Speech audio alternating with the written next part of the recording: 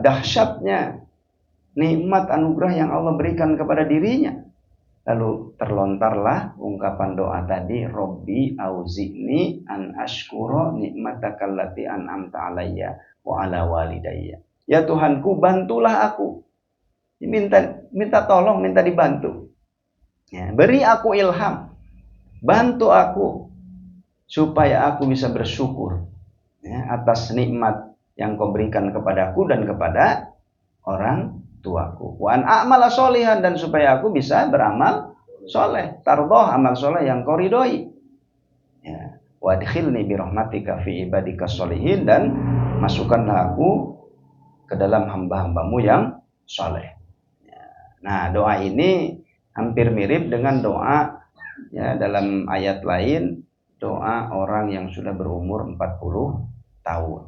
Ya, PR tuh, nanti cari aja doanya, sama persis. Jadi doa yang seperti ini, ada doa Nabi Sulaiman, satu lagi ada doa orang yang sudah berusia 40 tahun, sama, Robbi auzi'ni an ashkura nikmatakal lati an'amta alayya. Ya, gitu. Kemudian juga dalam doa lain ya, Allahumma a'inni ala zikrika kan, wa syukrika wa husni ibadatika. Allahumma a'inni, ya Allah bantulah aku. Ya, kita minta tolong kepada Allah supaya kita dibantu. Allahumma a'inni, ya Allah bantulah aku. Ya. Ala zikrika, supaya bisa mengingatmu. Wa syukrika, supaya bisa mempersembahkan syukur kepadamu. Ya. Wa husni ibadatika, dan supaya bisa ya mempersembahkan ibadah terbaik kepadamu. Ya, nah inilah orang-orang yang mengenal hatinya. Ya, bahwa hati sebagaimana namanya qalb yang cepat berubah. Ya, oleh karena itu ya senantiasa kita minta kepada Allah Subhanahu wa taala untuk ya menjaga qalb kita, menjaga hati kita.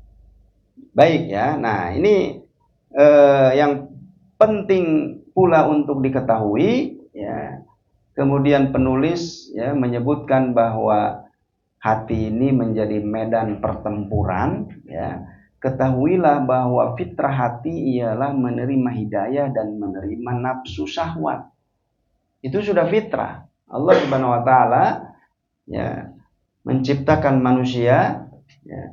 Hati itu qabilun lil huda, qabilun lisyarr. Ya, kalau dalam surat Asy-Syams, wa nafsi wa ma sawwaha fa alhamaha fujuraha wa taqwaha. Ya, dan demi jiwa dan penyempurnaannya. Demi jiwa dan penyempurnaannya. Ya.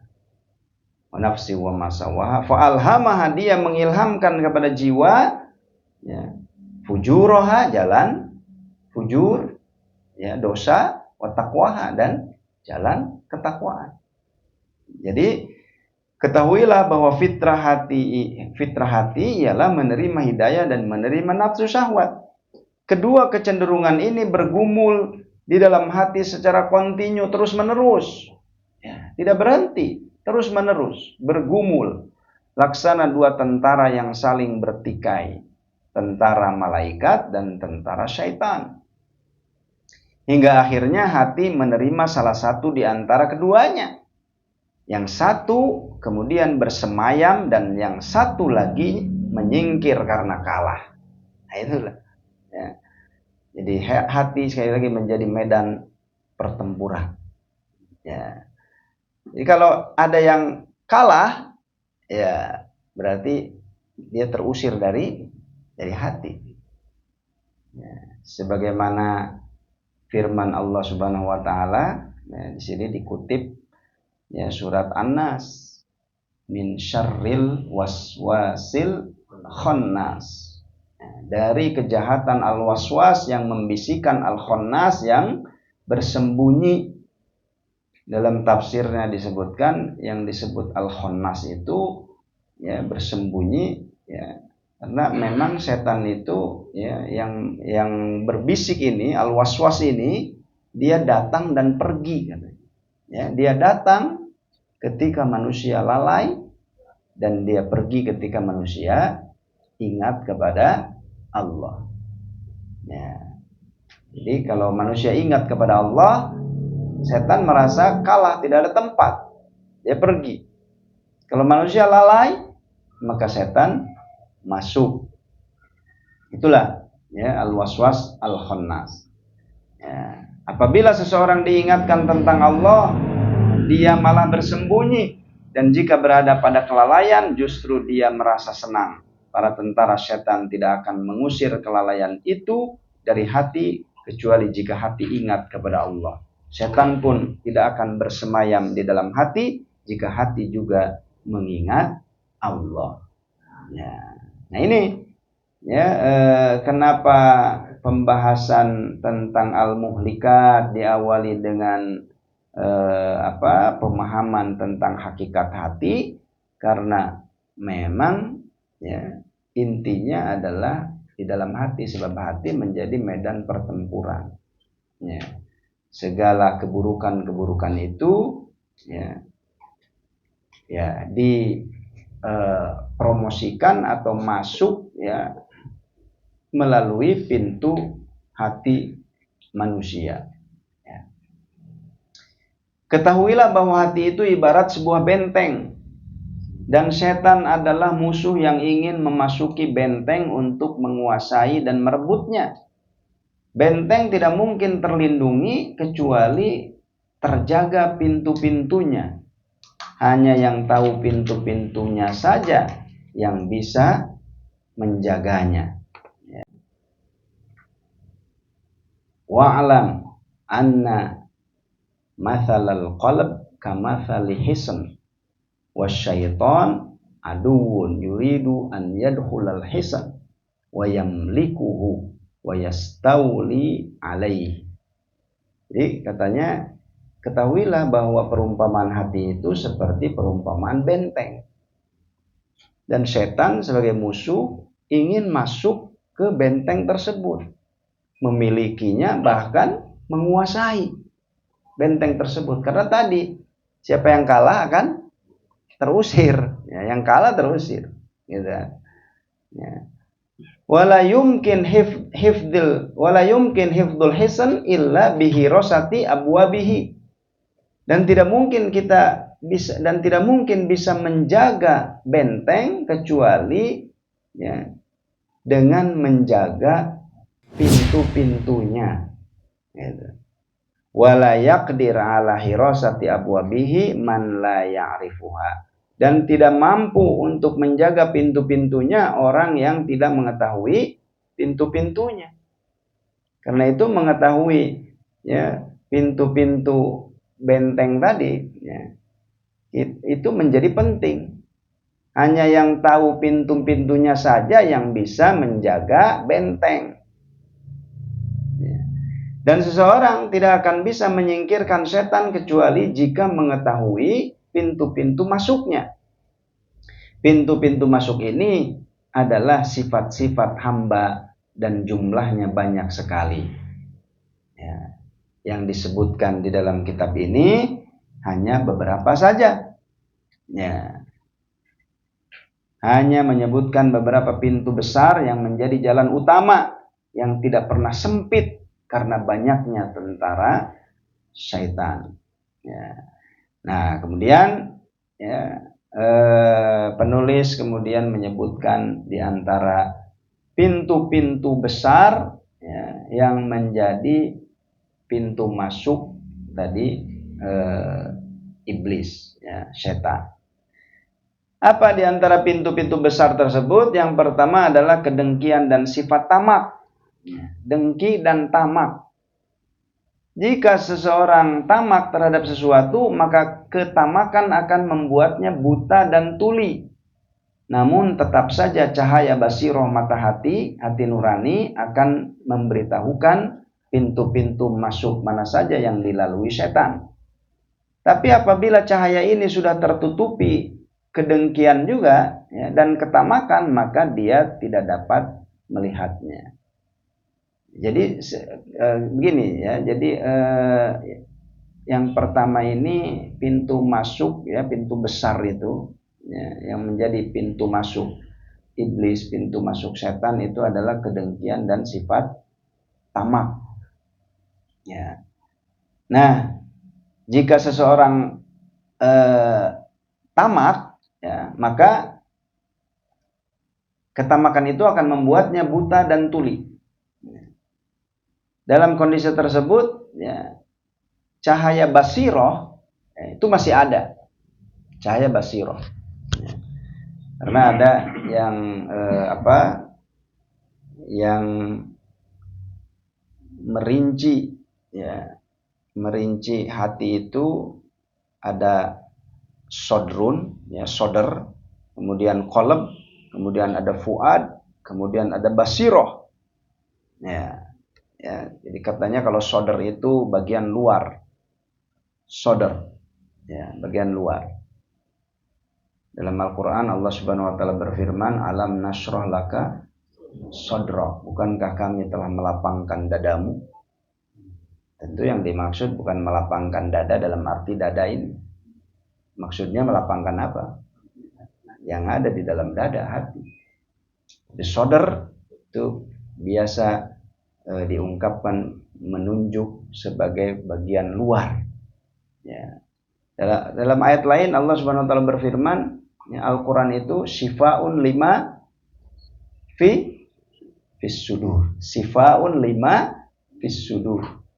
Ya, menjadi obat bagi apa yang ada di dalam dada. Jadi menunjuk hati biasa juga menggunakan kata soder. Makanya katanya soder itu bagian luar. Lalu kemudian qalb. Ya, qalb itu bagian dalam. Lalu selain qalb, Al-Quran juga menyebut hati itu sebagai fuad atau afidah. Fuad jamaknya adalah afidah, ya, fuad dengan hamzah bukan dengan ain, ya, fuad. Ya. Ini juga sama, ya, artinya hati. Katanya fuad itu lebih dalam lagi, ya, dan biasanya fungsi untuk yang beririsan tadi dengan akal itu fuad, ya. Inna sam'a wal basara wal fuada kana anhu mas'ula. Sesungguhnya pendengaran, sesungguhnya penglihatan, sesungguhnya hati, ya, kana anhu mas'ula. Ya. Semuanya itu akan dimintai pertanggungjawaban. Nah, kemudian yang paling dalam lagi itu adalah basiroh. Basiroh. Ya. Karena itu basiroh itu mata batin, ya, basiroh, ya, mata hati, mata batin. Ya. Allah Subhanahu Wa Taala di dalam ayat lain, ya, mengungkapkan la ta'mal absar walakin ta'mal qulubul lati fis sudur. Ya. Yang buta bukan matanya, tapi yang buta itu adalah mata hati yang ada di dalam dada. Ya, itulah basiroh. Ya, basiroh. Ya. Nah, jadi basiroh itu ketika ketamakan menguasai, ya, basiroh ini, ya, masih, ya, menampakkan, memberikan sinyal, ya, mengingatkan. Ya.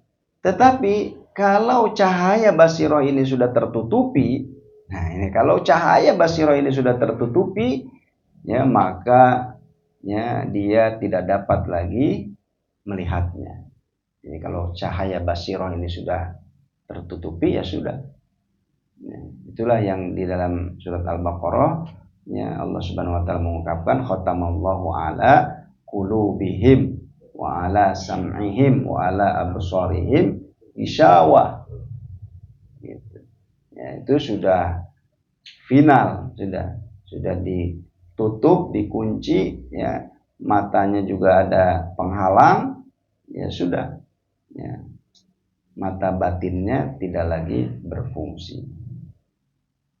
Demikian pula jika dia dengki, maka syaitan mendapatkan peluang. Apapun yang hendak dicapai, orang yang tamak, yang semua berangkat dari syahwatnya, tentu akan dilakukannya, sekalipun itu merupakan sesuatu yang mungkar dan keji. Jadi kalau orang sudah basirohnya sudah tertutup, yaitu gelap mata ada jenanya istilahnya. Ya, apapun dia akan lakukan. Ya, walaupun sesuatu itu mungkar dan keji. Nah, inilah bagaimana ya sifat-sifat ya pintu-pintu besar ini dimasuki oleh iblis, ya, dimasuki oleh setan, ya, kemudian ketika benteng hati dikuasai, maka apa yang terjadi yaitu tadi yang akan terjadi ya basiroh ya, menjadi padam, hilang, ya, akhirnya ya dia tentu terkuasai. Ya. Nah, ini yang pertama yang disebutkan adalah kedengkian dan sifat tamak. Ya. Dengki ini hasad memang dalam sejarah penciptaan manusia ini kan menjadi dosa primordial gitu katakan. Ya, dosa primordial itu dosa apa? Ya dari sejak awal ya. Dosa hasad itu. Ya. Iblis kan tidak mau bersujud kepada Adam selain karena iblis sombong, juga karena hasad kepada Adam. Ketika disuruh sujud, kata iblis apa? Ana khairun minhu. Saya lebih baik dari dia. Ya, khalaqtani min nar wa khalaqtahu min tin. Engkau ciptakan aku dari api dan engkau ciptakan dia dari hasad. Jadi hasad ini dosa primordial. Ya, hasad. Makanya di dalam surat Al-Falaq Allah Subhanahu wa taala ya, menyuruh kita berlindung wa min syarri hasidin idza hasad. Ya, dari orang yang hasad apabila dia hasad. Baik, kemudian pintu yang berikutnya, jamaah sekalian, ya.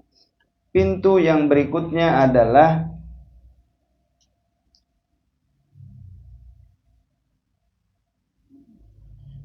pintu amarah, ya, syahwat dan keras hati.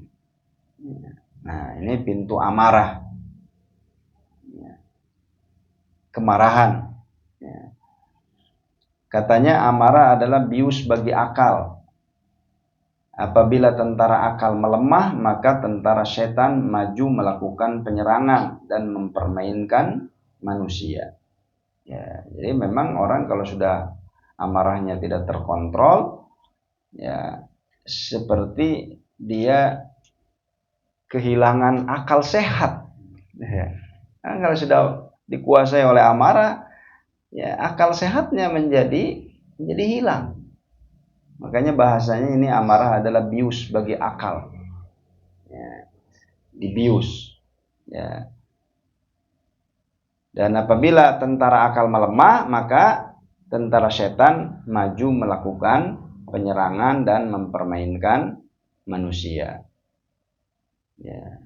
Diriwayatkan bahwa iblis berkata, katanya, jika seorang hamba keras hatinya, maka kami bisa membaliknya sebagai anak kecil yang membalik bola mainannya. Ya. Jadi orang yang keras hatinya itu bagi setan ya mudah untuk membolak-balikannya seperti anak kecil yang mempermainkan bola. Ya, anak kecil aja bisa ya memutar-mutar bola dipermainkan. Ya, maka orang yang keras hatinya ya oleh setan itu dibolak-balik sebagaimana anak kecil membolak-balik mainannya. Min ilmin la yanfa wa min qalbin la yakhsha wa min nafsin la tashba wa min du'ain la yustajabu bih. Tuh ya, ada doanya. Nabi berlindung dari satu, dari ilmu yang tidak bermanfaat, yang kedua dari hati yang tidak bisa khusyuk, kemudian yang ketiga dari nafsu yang tidak pernah merasa kenyang, lalu dari doa yang tidak diijabah. Ya, ternyata keempat ini saling terkait, ilmu tidak bermanfaat, ya, hati yang tidak khusyuk. Harusnya ilmu itu harusnya ya, membawa hati pada kehusyuan, semakin takut. Ya. Innama yakhsyallaha min ibadihil ulama. Hanya saja yang paling takut dari hamba-hamba Allah itu kepada Allah siapa? Para ulama yang punya ilmu. Ya, kalau ulama tidak. Tapi kalau ilmu tidak membawa kepada ketundukan kepada Allah Subhanahu wa taala, maka bisa dipastikan ya ilmunya tidak memberi manfaat.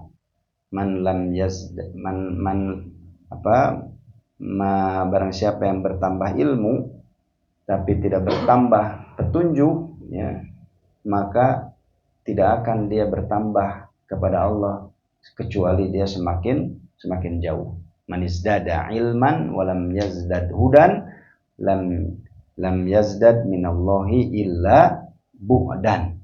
Ya, begitu ya, makanya di dalam menuntut ilmu itu doa yang diajarkan adalah minta manfaat, dan ilmu yang bermanfaat itu ilmu yang semakin mendekatkan kita kepada Allah.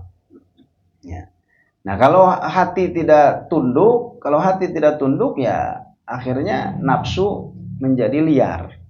Ya, nafsu min nafsin la tashba. Jadi, kalau nafsu sudah liar, sudah pasti dia tidak akan mengindahkan rambu-rambu halal dan haram. Sudah pasti. Nah, kalau tidak lagi mengindahkan halal dan haram, maka efeknya doa yang tidak diijabah. Ya, itu saling berkait satu sama lain. Baik, kemudian ya, yang selanjutnya pintu lainnya adalah kenyang dengan makanan. Nah, ini juga ternyata menjadi pintu masuknya setan, kekenyangan ya. Ya. Nahnu qaumun, ya, kami ini adalah kaum yang tidak makan kecuali kalau lapar, dan kalau kami makan maka kami makan tidak sampai kenyang, gitu ya. Ya. Ini ternyata kekenyangan juga bisa menjadi apa? Menjadi pintu masuk ya setan. Ya, kemudian pintu yang lainnya adalah rakus, ya, hampir sama tadi dengan tamak. Kemudian pintu lainnya adalah terburu-buru dan tidak memiliki keteguhan hati. Karena itu Rasulullah SAW bersabda, al-ajalatu minasyaiton. Al-ajalah, ya, terburu-buru, tergesa-gesa. Ya, tergesa-gesa itu dari setan. Tapi berhati-hati itu dari Allah. Ya. Baik, kemudian pintu lainnya adalah cinta terhadap harta. Ya. Selama cinta kepada harta bersemayam dalam hati, maka ia akan merusaknya sehingga mendorong kepada pencarian harta dengan cara yang tidak benar, membawanya kepada sifat kikir, takut miskin, dan mencegahnya mengeluarkan hak yang diwajibkan. Kemudian pintu yang lainnya adalah mengajak orang awam kepada fanatisme madhab tanpa melaksanakan amalan sesuai esensinya. Pintu yang lainnya adalah mengajak orang awam untuk berpikir mengenai zat Allah. Nah, ini juga ternyata dimasukkan oleh penulis, ya, ini menjadi pintu masuk setan untuk menyesatkan. Ya. Karena katanya penyakit hati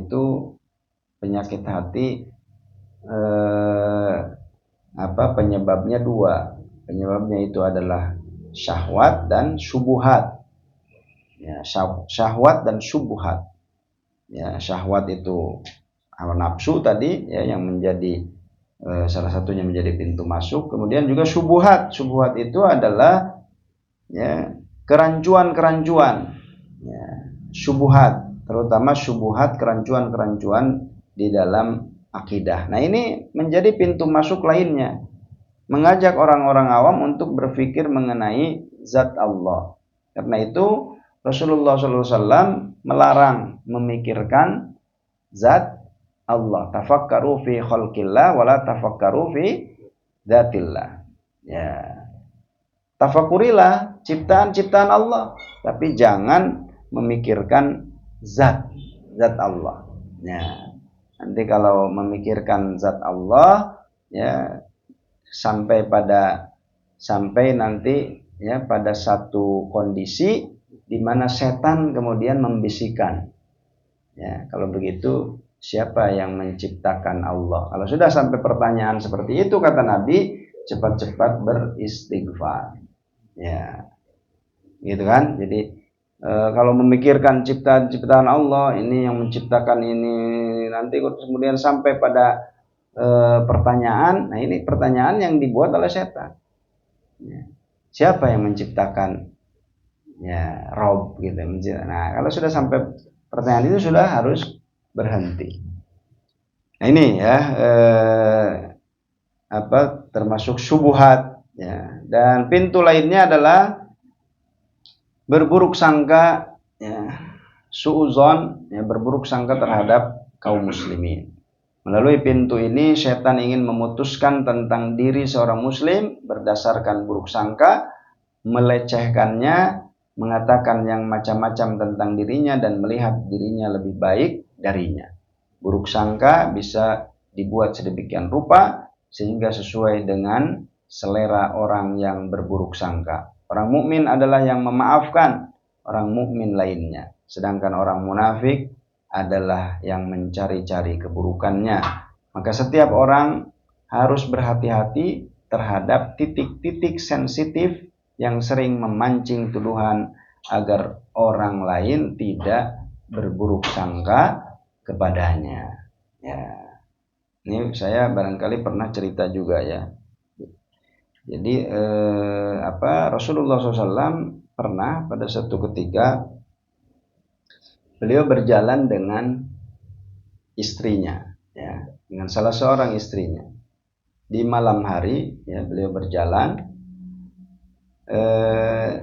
Ya, kita bisa membayangkan zaman dulu. Ya, jangan membayangkan malam hari seperti zaman sekarang. Ya, ini malam hari zaman dulu. Rasulullah SAW bersama dengan salah seorang istrinya berjalan.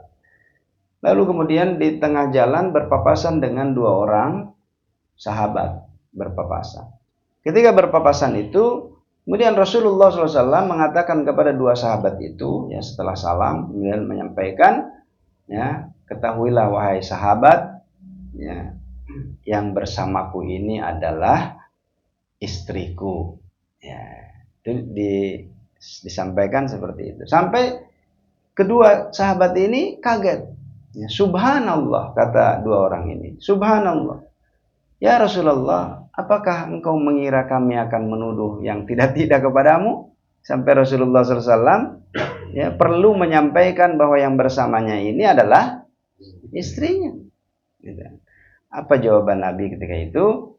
Kata Nabi, ketahuilah bahwa setan itu masuk ke dalam tubuhmu bersama aliran darahmu.